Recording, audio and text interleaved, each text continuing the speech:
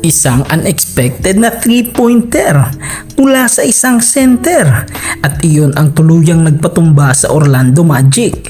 Ito ang gabi kung saan sinelyuhan ng Philadelphia 76ers ang kanilang ticket papuntang playoffs.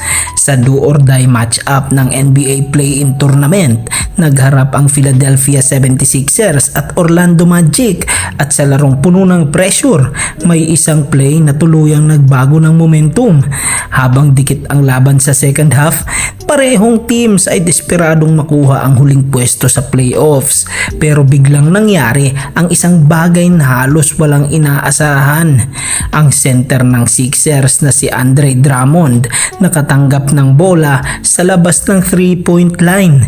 Hindi siya kilala sa mga 3-pointers pero naglakas loob siyang tumira. At yun, pasok! Isang napakalaking 3-pointer na nagsilbing dagger na tuluyang nagpalayo sa Sixers. Pero hindi lang yun ang dahilan ng panalo. Pinangunahan ng All-Star guard na si Tyrese Maxey ang kupunan matapos magbuhos ng 31 points. Sa kabila ng mahirap na season, ipinakita niya ang leadership at kumpiyansa na kailangan ng team sa pinakamahalagang laro. Dahil sa panalong ito, makakatapat ng Philadelphia 76ers ang defending powerhouse ng Boston Celtics sa playoffs.